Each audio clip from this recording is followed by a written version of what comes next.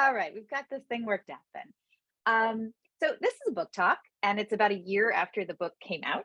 So I'm like a little seasoned up. I've had a lot of conversations, and I'll try to throw in some commentary as I go about how I've seen the book received and my further thoughts since it was published. But really, thank you for taking an hour out of your life to converse with me. I'm really looking forward to the discussion. And you can find me at Gender Sci Lab or contact me by email after the talk. Sometimes things just close after these Zooms, and I so wish we could continue the conversation. So the impetus for the book was my fascination with at the time, about 10 years ago, emerging science of maternal-fetal effects.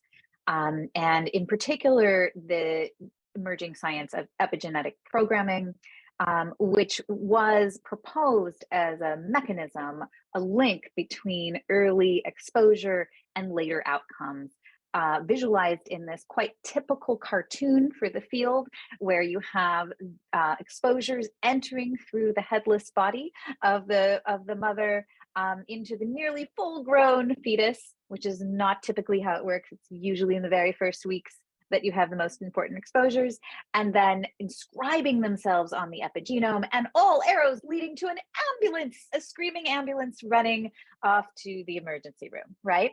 And this is a figure often used by my wonderful colleague, Andrea Baccarelli, and I think is a fair representation of the kind of arrow diagrams that integrate, yes, multiple dimensions of the environment, but all transmute through the mother's body and end up in a health risk, right? An undesirable outcome. So in these figures, one thing as a historian of genetics that strikes me is that the DNA double helix is no longer really the emblem, right? It's actually bodies, in particular maternal and fetal bodies, located in intergenerational time in relationship to social ecologies that really typify the sorts of queries at the center of post-genomic inquiry. And these new biosocial sciences, such as epigenetics, of course, hope to model at the level of biological mechanism how it is that bodies take up their environments, with implications for health and life outcomes. And these are ideas that I am deeply drawn to. And yet, I felt a great deal of tension around the operationalization of them at the locus of the maternal-fetal interface. And so the book, it uses all of my tools. It's a history, and it's also a methodological and conceptual analysis of claims in the science of maternal-fetal effects science. That is, from the advent of the genetic age around the turn of the 19th century to today. And I analyze three intertwined aspects of the long reach of ideas about the long reach of the intrauterine imprint. I'm interested in the power of maternal fetal effects science to disrupt determinist, especially genetic determinist ideas about human fate. I'm also interested in claims about the implications of maternal intrauterine effects for women's well-being and autonomy. And at the same time, I'm interested in conceptual and empirical debate about how to study these effects, given what I call their crypticity. And I'll come back to this later. Now, this may be a little basic for this crowd, but I'm going to just warm us up to the scope of claims that are often made in this field. One of the most compelling streams of claims making regards intergenerational effects, often of things like stress and trauma, which are attributed to experiencing events that might include collective events like the 9/11 attacks, like a natural disaster, like a climate event. And here I'm featuring Rachel Yehuda's work, which looked at the children of Holocaust survivors and their higher rate of vulnerability to trauma themselves in the case of psychological distress.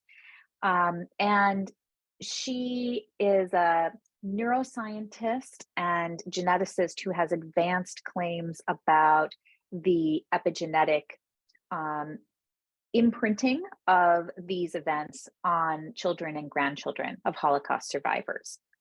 And I analyze these claims and lace an analysis of these claims at a discursive level, as well as at the level of empirical and conceptual moves in the work through the book.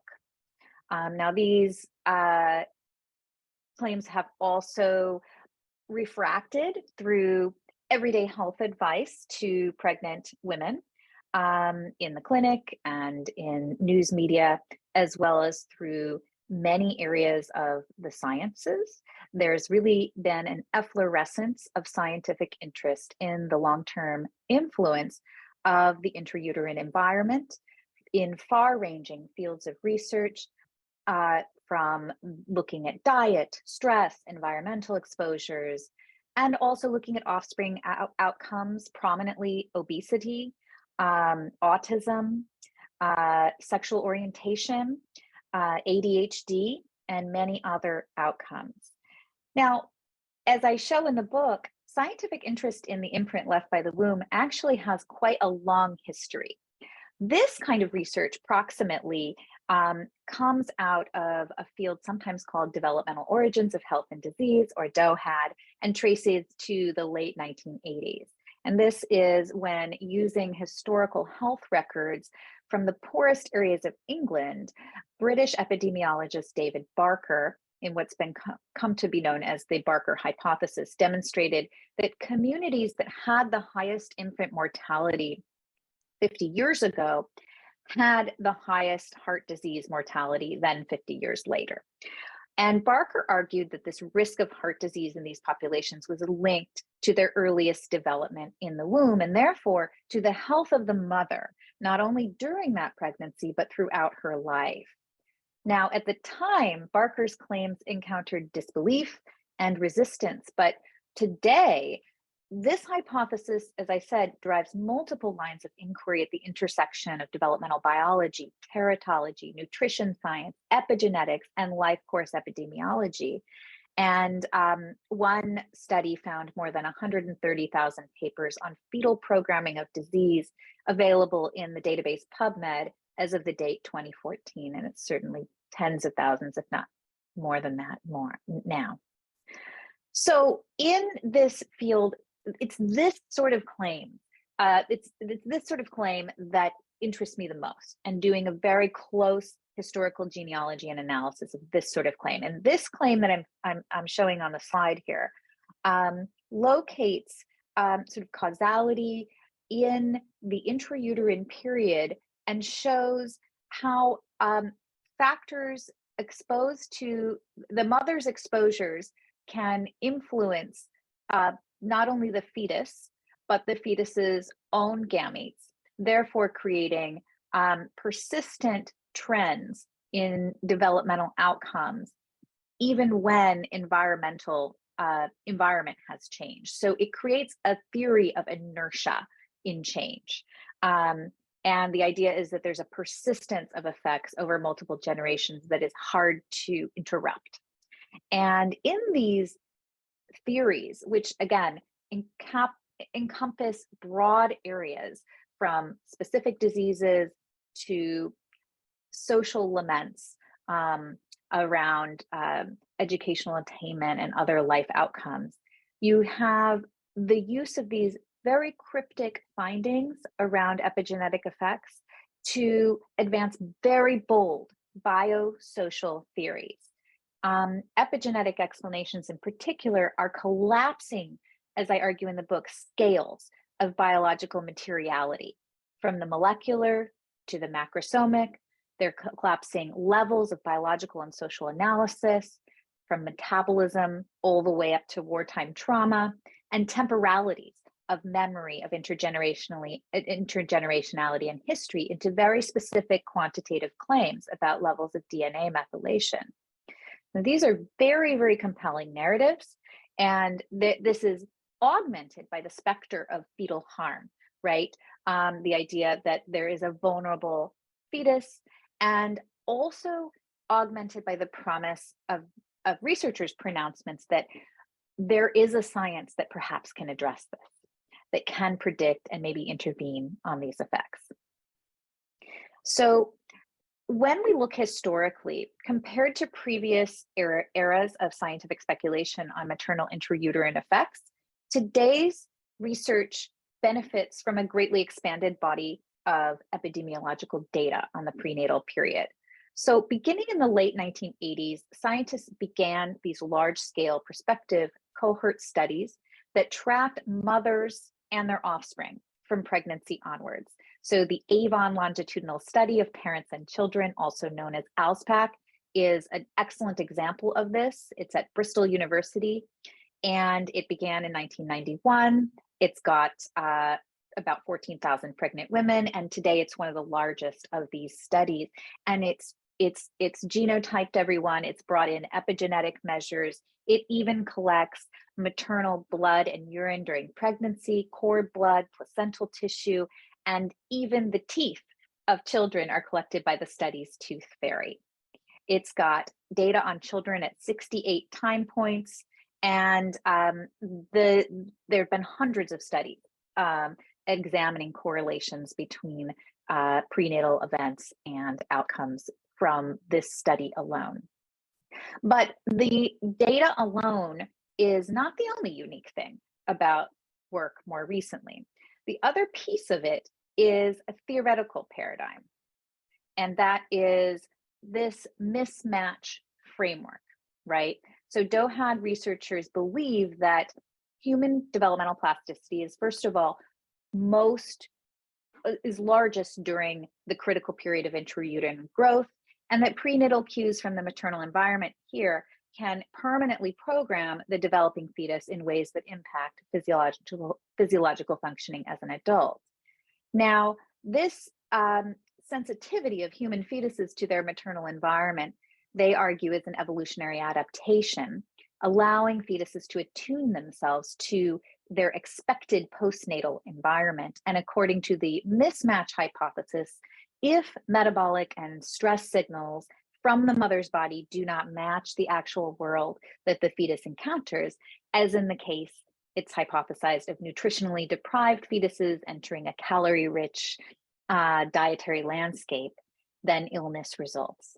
So Barker's theory was extended by him and others to argue that so-called Western diseases of affluence, such as breast cancer and heart disease, are partly driven by these rapid lifestyle shifts in the 20th century, these transformed environments. And because of this, aspects of the intrauterine environment that a woman provides are seen as holding back, as a form of inertia, as I mentioned before. It's creating a mismatch between fetal programming and postnatal environment that Barker claimed, quote, may take several generations to disappear. And so many DOHAD researchers argue that intrauterine effects help explain how persistent social inequalities become embodied and pass across generations. And here we get to this rich theory of the biosocial body. So figures in the DOHAD literature combine social factors and outcomes like social class in their understanding of what may be transmitted to the growing fetus and what constitutes an environment of the fetus. So in this figure by University College London pediatrician Jonathan Wells, you see that he's trying to imagine the maternal body as conveying a sort of ghetto-like status, his word, right, to the offspring from the moment of conception. Okay, so the science of maternal effects is a long-standing science that precedes the introduction of DOHAD. And here I offer just, I think, one of the best definitions of maternal effects, the most precise, here as the causal influence of the maternal genotype or phenotype on the offspring phenotype, generally through the maternally provided environment. And this theory of maternal effects has played around in the shadows of 20th century genetics for a long time because it offers a different picture of heredity than the one, say, many of us learned in high school genetics. It suggests that our environments profoundly mediate outcomes starting at conception. And, this idea applied to questions, say, of persistent patterns of social inequality, or to the intergenerational inheritance of Holocaust trauma, let's say, or any kind of trauma in human populations, then maternal effects science offers this potentially powerful approach to understanding how our bodies are at once biological and social. So in the book, I'm exploring my ambivalence about these claims. So I'm interested in the idea that bodies take up their environments. And at the same time, I am concerned that as intellectually exciting as this is, there is a worry about the intensive focus on a narrow window of human development, gestation, and on a very particular class of bodies, women of reproductive age. And I think that requires scrutiny.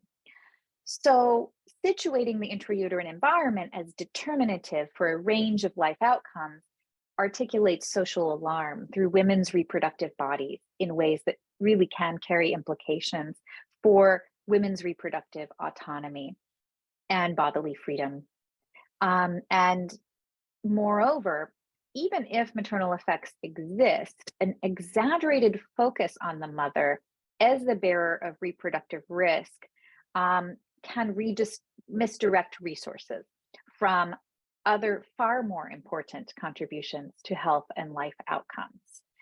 And I am concerned that this is an area of science, and I make much of this in the book, that runs where the intellectual excitement runs ahead of the actual empirical findings.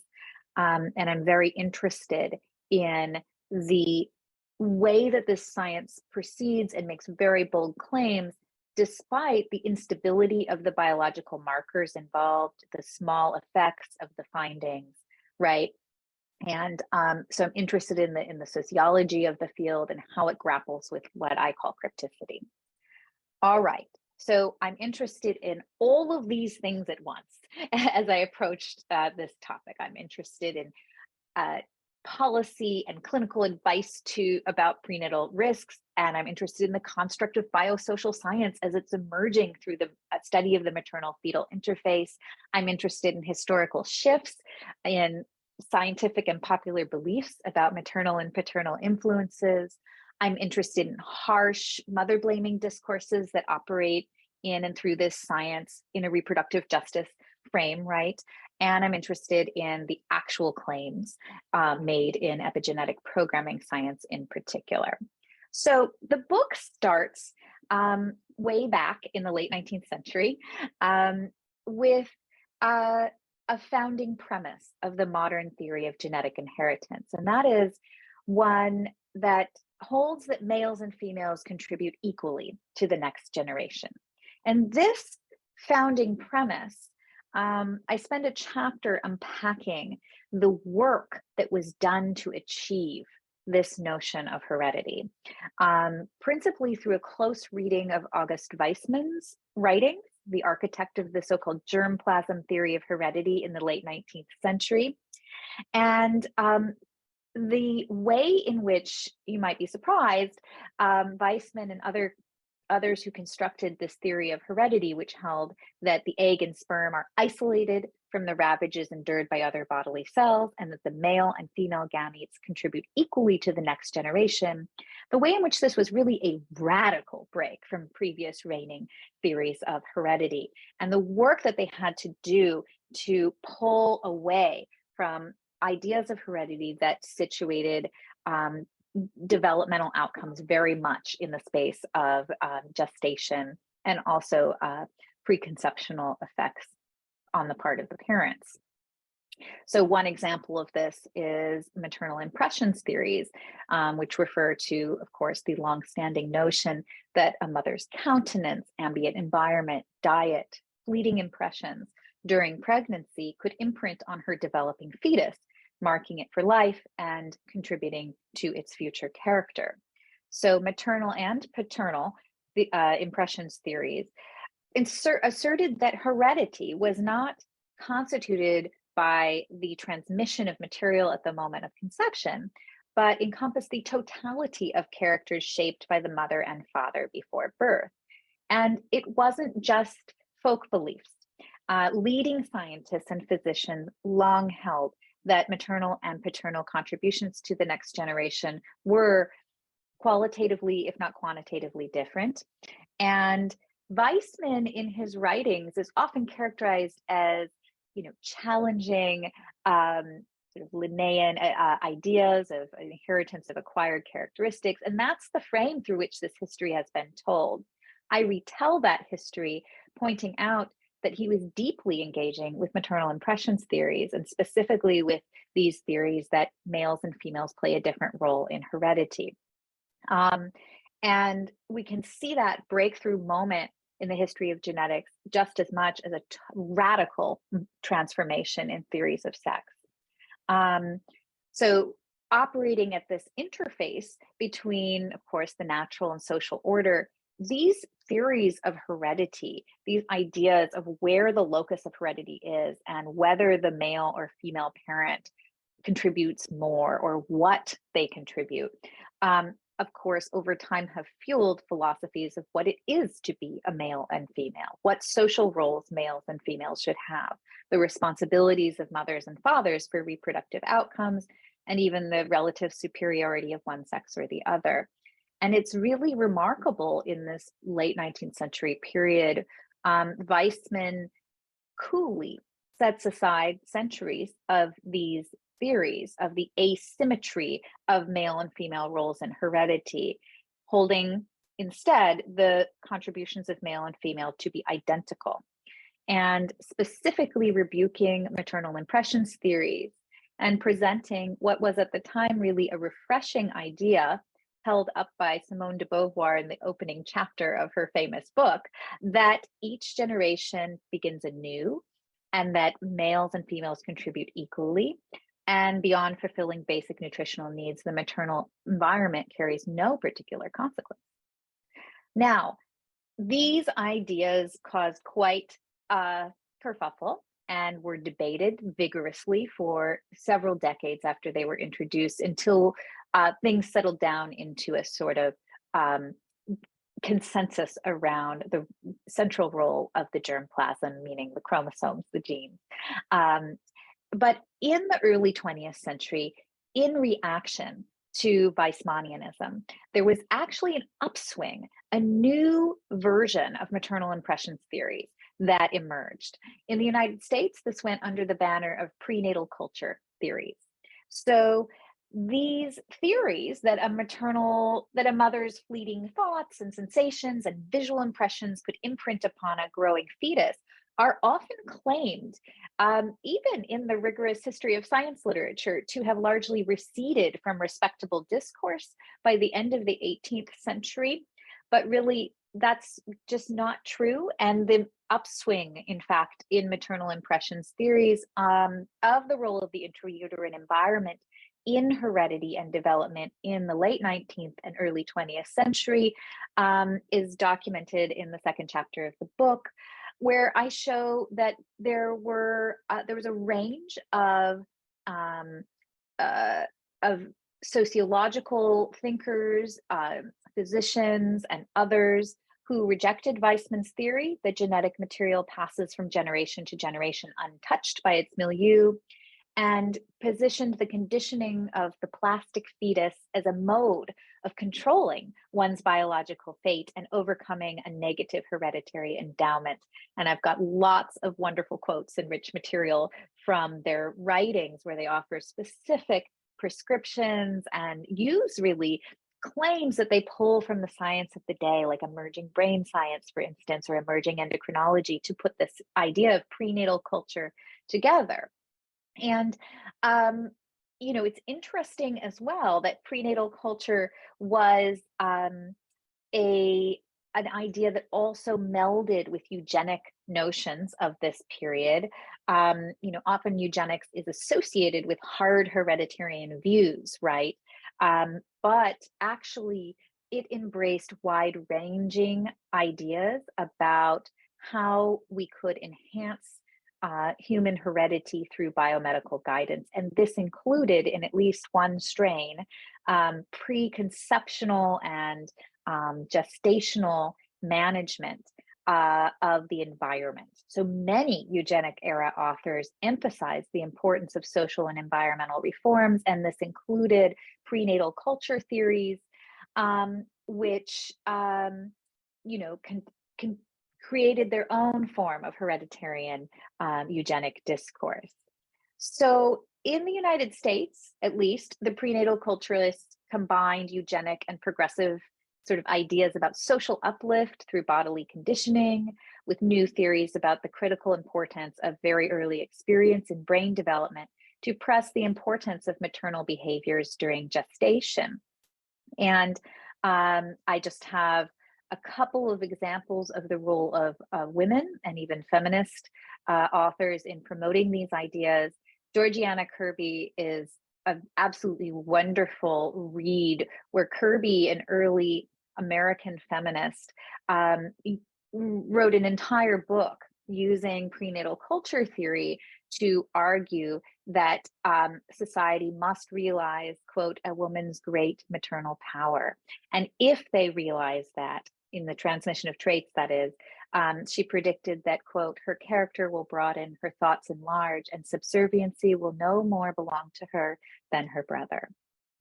And so these theories offered an idea that was at once agential of women's role in shaping outcomes, and as gender scholars have pointed out, looking more generally at maternal impressions theories, presented an idea of the maternal body and the space between the pregnant woman and her growing fetus as this very inscriptive, socially imbued environment where the agential reading doesn't always work. There's a lot of passive conveying and a lot of ideas about regimes of surveillance and prescriptions for maternal conduct. So there's this inherent notion in maternal impressions theories of an irrational, unstable body, a notion of the female body as porous. And these sorts of notions, of course, have long been linked to and argued in the context of ideas about women's intellectual inferiority and lack of full claim to rights, roles, and spaces. All right. So now by 1920, however, prenatal culture theories were really firmly rejected by the mainstream scientific and medical establishment. And this completed the rupture from previous beliefs about the role of the womb in heredity initiated by Weissman. You get a real efflorescence of writings by biological scientists and medical doctors, specifically rejecting the idea of prenatal culture, warning women against it, and they dismiss any notion that the mother, except in cases of extreme deprivation or injury, could alter her offspring's traits. So this historically constitutes a real shift in the discourse. And what's interesting is that because adherents of Weissman's germplasm theory of heredity conceptualized prenatal health, right, as the proper care and hygiene of the sperm and egg, right, because it's the genetic material that they want to protect. Interest in parental reproductive responsibility and early developmental exposures shifted to a focus on both parents and on the period prior to conception.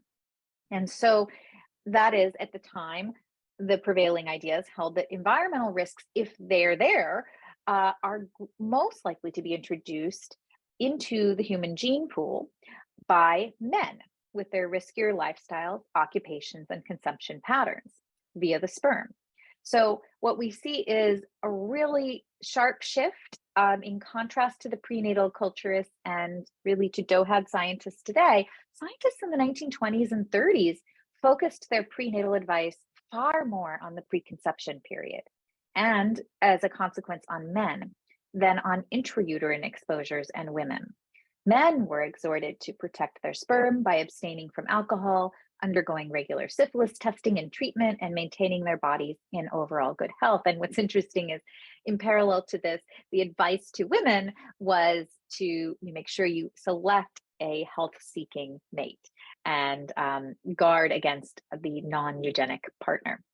And especially a lot of discourse around making sure he doesn't drink, with a lot of speculation about the influence of that on the gametes. Okay, so how did we get from there to here? Then I have a chapter that is about the development of the science of maternal effects outside of the clinic. We are talking about agricultural science, the development of genetics, and the construct of maternal effects as it emerged in the tussling over how environmental effects interact with genetic predisposition. So during the same decades that human geneticists and medical doctors were waving away the possibility of maternal intrauterine effects on heredity and development, anomalies to Mendelian patterns of inheritance began to accumulate in the scientific literature in plant and animal genetics. And for some traits, it appeared that maternal phenotype was always determinative, regardless of paternal contribution.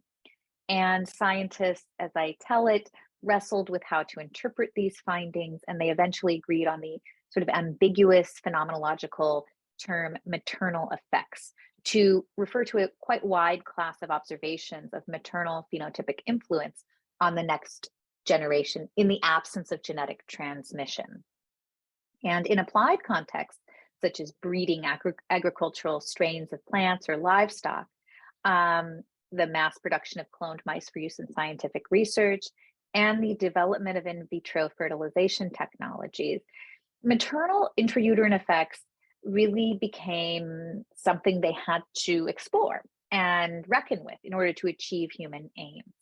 And so I go through the techniques developed in reproductive biology that in the 1940s and 50s eventually allowed these maternal effects to be studied and evaluated experimentally in non-human placental mammals. And these experiments did establish that maternal effects can alter heritability estimates by changing principally rates of fetal growth. And evidence then that the intrauterine environment could matter, particularly for macrosomatic traits like body size, led some to wonder whether maternal effects might be at work in human health. So I tell in the next chapter of the book the history of debates over the causes of racial birth weight gaps in the United States. So in the 1950s and 1960s, these speculations about maternal effects were taken up in research on variation in birth weight among different human populations. And on average, Black Americans are born smaller than white Americans, and the origins of this disparity and its implications for health and social inequities across lifespans has really been quite a matter of debate among biologists, epidemiologists, and social scientists. And I tell the story of birth weight as this variable that for quite some time, particularly beginning in the 50s, was seized upon as a possibly rich variable reflecting on fetal well-being. And it was during this period that, in contrast to previous ideas that held that the racial disparity was genetic, like a racial trait, scientists drew on maternal effects theories to forge the hypothesis that racial differences in birth weight demonstrate that racial discrimination and deprivation can leave a mark even before birth. And they also brought in these theories from the agricultural and basic genetic sciences that posited that the intrauterine environment might serve as a mechanism for amplifying these effects across generations. And I show how maternal-fetal theories of racial variation in birth weight even entered 1960s and 1970s debates over things like racial differences in IQ and educational attainment, and whether they're due to genetic or to social factors. So debates over racial differences in birth weight from the 1950s to the 1970s really raised the prospect of mining the prenatal period for cryptic, as yet acknowledged drivers of health and social inequalities, and need to be seen as the precursor and sort of intellectual resource for later DOHAD theories.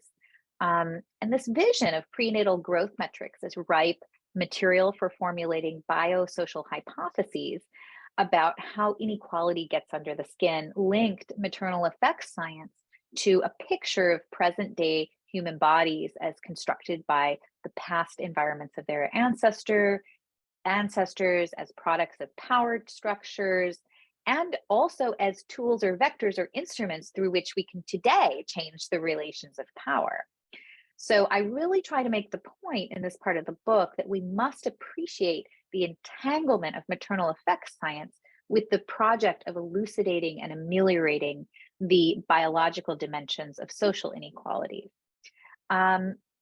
So today, scientists view birth weight as really too crude a measure of fetal outcomes to support causal hypotheses about maternal pregnancy effects and later outcomes. Instead, maternal effects researchers have turned their attention to the science of epigenetics, which refers to molecular changes in the non-DNA regulatory apparatus of the genome. And here we see an Illumina chip that is used for assessing genome-wide methylation levels, and a picture of how methylation functions in the transcription process to either promote or repress transcription of particular alleles or pairs. So epigenetics is very much a post-genomic science. It is interested in understanding the genome as a dynamic reactive system integrating environmental inputs. And it is also seen as providing a molecular mechanism for the transmission of environmental imprints, even across generations. And there's been quite a bit of excitement about epigenetic science across many fields. I'm going to move quickly through this part here, but this was one of the hardest and most detailed parts of the book, where I look at 3 research streams that attempt to link epigenetic variation to prenatal exposures and later life outcomes.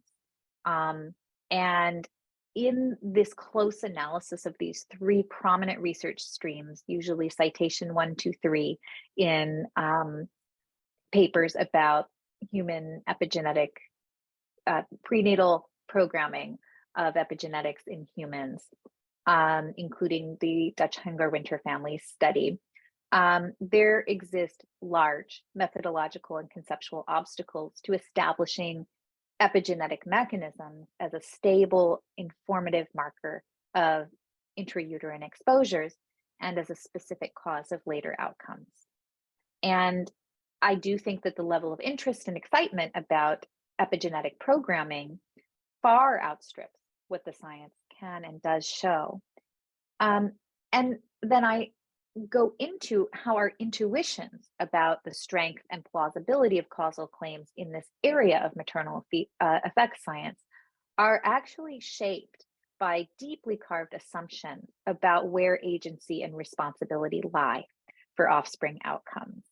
So I do introduce in this part, and I'd love to discuss this more in the discussion, this concept of causal crypticity. And causal crypticity is both an epistemic norm in the field of DOHAD research. There's a high level of tolerance for findings of health outcomes in exposed compared to unexposed populations that are small in effect size and that present inconsistently across different study cohorts. and that this crypticity is persistent and unresolved despite increasing volumes of data. And these cryptic effects really typify studies in the field that focus on small perturbations in populations of healthy average births, right? And small perturbations in outcomes, sometimes decades later, on very confounded causal chains. My point here is that causal crypticity is a norm in the field. It's a descriptive claim. And it's interesting to think about how the field shaped itself around the persistent crypticity, how it continues and how it advances its theories despite that. I'm also interested in how causal crypticity functions as a promissory discourse, at how it functions in the hype cycle of the science, and also how it functions to cohere as a sort of epistemic style work in the field. So I do see that I need to wrap up. So I'll just quickly say that biosocial science is an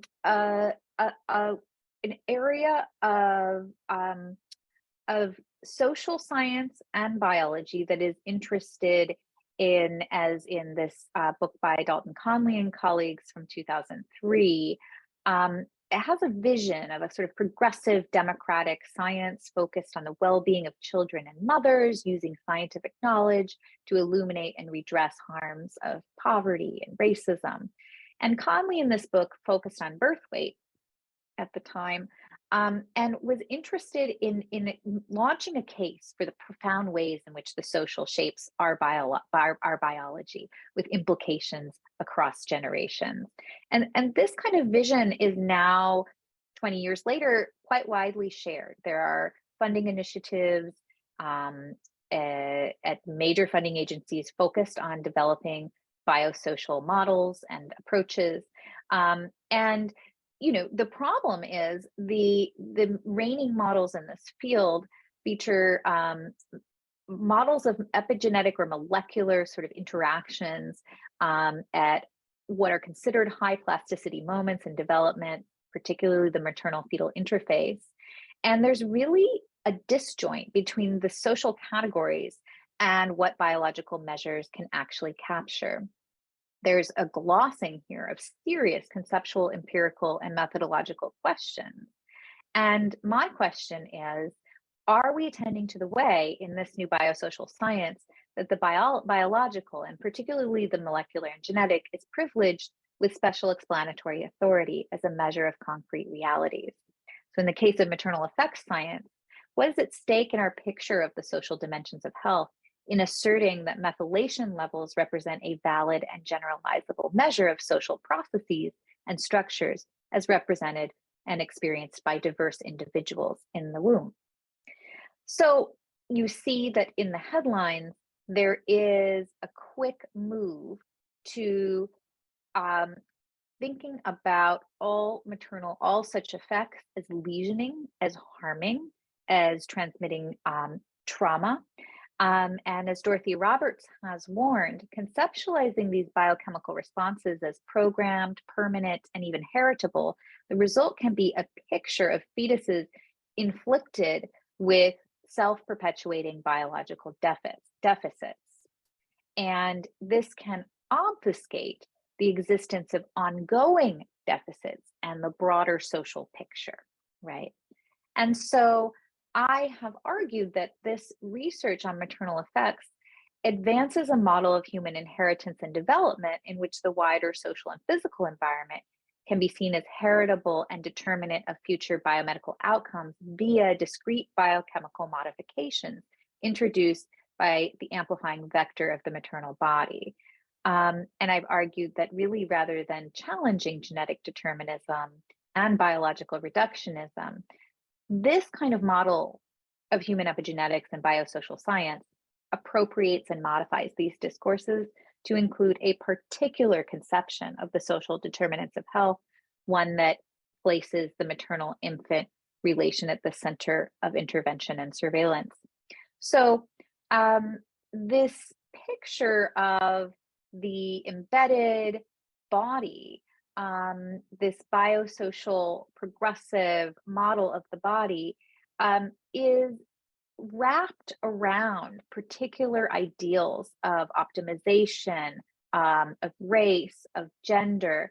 And we need to decenter our discourses about these new sciences as only progressive, as only offering new models of the body that are ameliorative, and understand the complex histories, the ways in which these that maternal effects as a genealogical forerunner to and conceptual force within the 20th and 21st century life sciences, the ways in which this is still structuring our sort of way of approaching biosocial science. So I just want to say thank you, and also recommend some other books. Renee Almeling and Natalie Valdez have recent books that also look at this area, and there's a podcast discussion with us up at Signs right now that you might be interested, as well as excellent work by Meg Warren, Emma Cowell, Martha Kenny, Ruth Mueller, Miranda Wagner, Abigail Nieves Delgado, among others. A welcoming discussion. Thank you.